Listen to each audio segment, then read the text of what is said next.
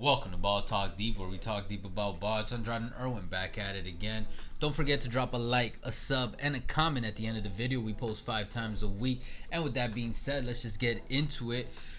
Man, man, this is something that the media is going crazy about, but this is something that Andrade especially has been harping along for what it seems like forever. Ghost Skate Day of 2021 is going to go down as the Ben Simmons tragedy day for NBA Twitter, honestly. Yeah, for real, man. That's like, man, there was that atomic bomb that hit Japan. There was an atomic bomb that hit Philadelphia, man. And, yeah, no amount of Philly cheesesteaks are going to be able to fix that shit. Nah, that's true. And it's getting so bad that I'm not going to lie, I low-key feel bad for the guy. Like, imagine being in his position and you can't even get on the internet, period, because you're probably just gonna run into it, or if you're not, you're gonna search it. You know what I mean? This man is nowhere welcome in the vicinity of Philadelphia, bro, or Pennsylvania. Period, man. Like it was quite. I don't feel bad on him, man. Come on, man. What do you mean? That shit takes a toll on your mental health. You should know about that. Difference is he's a multi-millionaire and I'm not. I'd rather be like, and he's 6'10". I'm like, shit. Hey man, that shit still takes a toll. I'd rather beat the press and 6'10" and a multi-millionaire and being like, yo, 5'11", 6 feet on a good day, depending who you ask. Yeah, 6 feet on a good day. On a good day, yeah. My dating profile, yeah, yeah, that'd be 6 feet. This man put 6 foot on Bumble and shit. Yeah, exactly. Hey, technically with shoes, I am 6 feet, so I'm not lying. I'm like as tall as Trey Young. Exactly. Yeah, 6'2". What? But yeah, man, Ben Simmons, man, he's getting torched. I'm not gonna lie, it has resulted in some funny ass jokes. Yeah, because real, I saw one where it was a big ass ball, and like, don't forget, Ben Simmons also missed this shot, something like that. Yo, or like if you ever feel useless, just know Ben Simmons wears a shooting sleeve. or this one, man. Kyle Kuzma is getting like roasted as well, saying like, yo, here's Kyle Kuzma, Joe Harris, and Ben Simmons going for a 3-peat with the Shanghai Sharks. I'm like. I saw a funny one about Joe Harris. Like, yo, Joe Harris gonna kill it next season on the Shanghai Sharks. But what do you think, man? Is there any hope for Ben Simmons? Like, shit. There's hope. There's hope because of his age and because of his size. Let's be honest, and his natural athletic ability. So those 3 things combined, yes. But Ben Simmons is the classic example of hard work beats talent when talent doesn't beat hard. When I just totally chopped that up. Yeah. Hard work beats talent when talent doesn't work hard enough. There you go. Okay. And it's true. All his peers that got drafted in the same draft class or a year after that were as hyped or even weren't at the time but got hyped later on have surpassed him in a lot of ways because of development. While Ben Simmons started off high and just stayed there. And at this point, many aren't even saying he plateaued. Like, they say he's starting to decrease. No, man, he's regressed, man, because I was seeing some highlights, man. Ben Simmons was making some mid-range shots. Oh my God, are you talking about the ones in the gym? No, not in the gym, like in actual games. He was actually making the shots. And I'm like, this man, like, I don't want to sound like the media, but it is what it is. This man got to the point that he passed a freaking dunk because he was concerned that he was going to have to, like, make a free throw or 2. No, that's what the media is saying. And they could be right. But I watched the post-conference where he answered that question, and he said that the reason he passed it was because he wasn't sure. He thought someone was behind him about to block him, so that's why he passed it. Okay. And I was like, okay, that's a smart play. But at the same time, I don't know if he's talking shit just to, like, But he seemed pretty real in the post-conference. He admitted that he has to improve and shit. But here's the thing with Ben Simmons.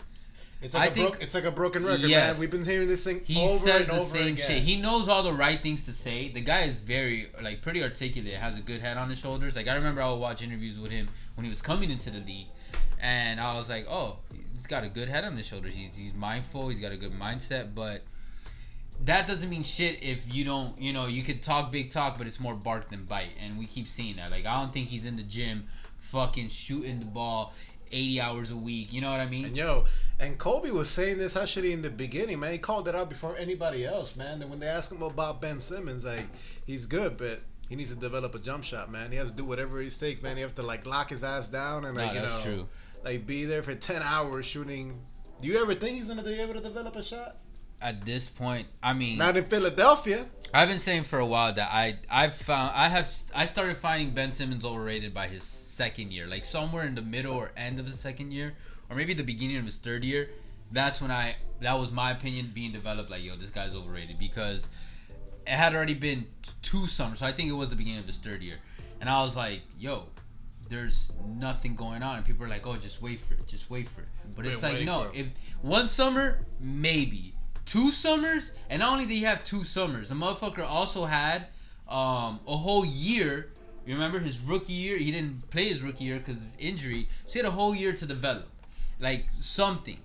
And bro, he just never did. And I just started talking shit on like the hype. I was like, nah, he's overrated as shit. This is before we even started BTD.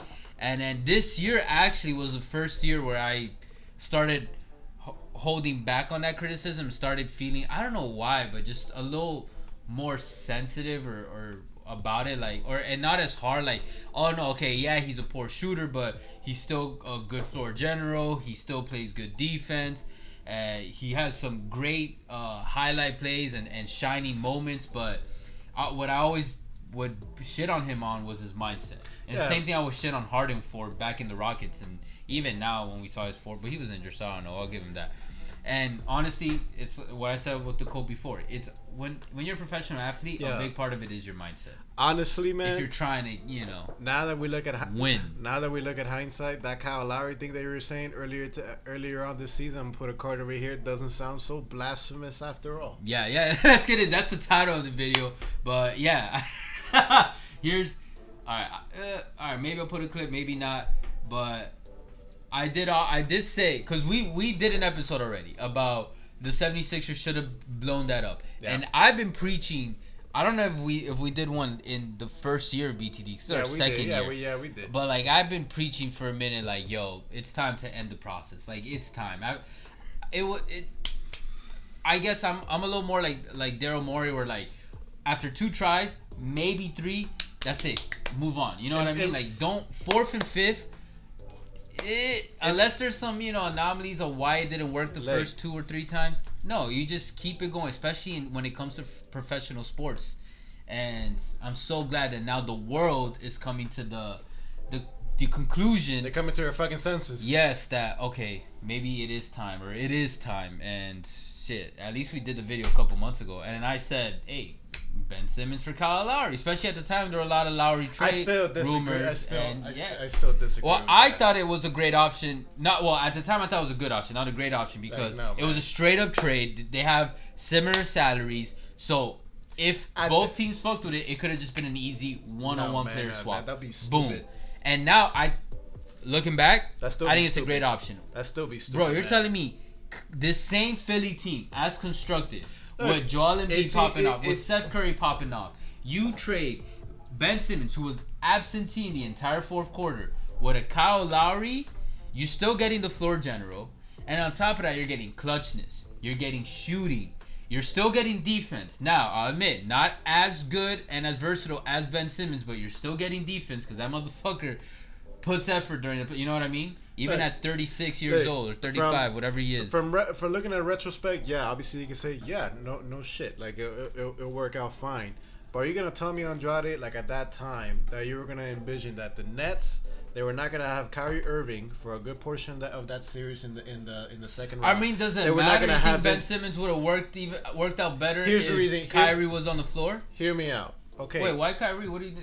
Yeah, I'm talking about the Nets, because that's most likely, if they were healthy, the Nets, they would have been in the Eastern Conference Finals. Mm-hmm. Easily. When it comes to... Okay, but I'm talking about who they fucking faced. The Hawks. Here's what I'm talking about. Okay, let's say I was like, what are you talking about the Nets? Hear me out. If they had Kyle Lowry, yes, they would have gone past the Hawks. Uh-huh. But if they would have faced, hypothetically, okay, the so Nets, you admit they get past the Hawks. Yeah. So that's a good trade. Yeah, what is he saying? Wait, hear me out. You're not letting me finish. Okay. They would have gotten smoked by the Nets. A healthy smoke. Okay, Nets. But how are you going to say it's a bad trade if they would have gone further than what they actually did this year? Look, if you're going to give up a piece, like, yo, I know you guys already hate Ben Simmons, everybody in their mothers, but the guy is super young. Yes, the guy can't shoot for shit. He can defend. He can pass. There's still a chance, while it's a low chance at this point because of his youth, to be able to develop. Kyle Lowry, bro, he's 34, bro. I'm like, he's just getting older and he's just declining. You're pretty much giving up. You can get somebody better. Hey, for one, you can get 1 year, the last year of his contract right now. My final point is, I think you can get somebody better than Kyle Lowry if you're dangling. But the point was for them to go as far as they can in the playoffs this year with a Joel Embiid performing at the rate that he was this year. How are you gonna say it's a bad trade when you just said? That's why I didn't even let you finish in the beginning, because I'm like, bro, you just admitted they would have gone further in your opinion with Kyle Lowry. Not a championship. You don't know. The way how this year's going. Plus, you're saying the Nets. Say who they would have faced right now. The Bucks. Kyle Lowry, Joel Embiid led Sixers against this Bucks. That's a good chance. That'd be a good series. Okay, they have a good chance of making it to the finals. They can get to the finals. But this man wouldn't do the trade. But at that time, what are they gonna get for Ben Simmons now? But at that, everyone's even saying, like, everybody knows Kyle Kuzma? that Simmons' trade value has decreased exponentially from just a year, similar to a Tyler Hero. That shit happens. Sometimes you just gotta make the moves when you can. But like you said, sometimes it's just looking at hindsight. I said the same thing about Tyler Hero, man. I think I was the only Heat fan in Miami for sure, saying like, "Yo, trade for what? Trade his ass for Bradley Beal." That wasn't on the table. You know that. What the fuck is you saying? I don't know. I know. I talked to Brad. Oh yeah, you're right. You tweeted at him and he never tweeted you back. That's what happened. But guys, let us know what you guys think in the comments. Would you have traded Kyle Lowry for Ben Simmons for Kyle Lowry? Looking back, and like, yo, Sixers fans, like, should they break up the process? You know. Oh come on, yo, who at this point is still gonna believe in it? And you know what? I'm sorry, Sixers fans, but as a whole, I'm glad that the process didn't work out, because it would have set a bad precedent moving forward. Even though the NBA has, since the process initially underwent. Yeah. They fixed some of the drafting lottery, how it'll work out, so tanking isn't as prevalent.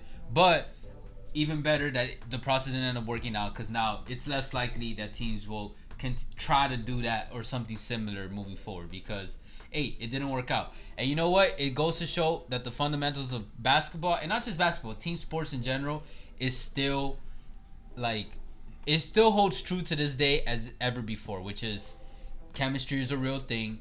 Development is a real thing. Yep. And you want to actually build a squad. You can't just get the top seed, the top ranks players or whatever, or the best talent, and just mush them together and, here we go. Like, that'd be nice. No. Let's say the 08 Celtics. Yeah, and Broussard even talked about it with the Nets. Like, he's glad. He says it was better for the NBA as a whole that the Nets didn't win this year, because it would have just gone down like an AAU tournament / basketball game where it's just like, just get the best people to play together and just wash everybody. But no, now it goes to show. And the Heatles in the first shit. It's part of the reason I'm wearing the shirt. Heatles in the first year. It just, in a way, it works out. It ends 04 Lakers. Look at that. I mean, they were a little more washed, but 04 Lakers, they had 4 fucking Hall of Famers. Yeah. Yeah.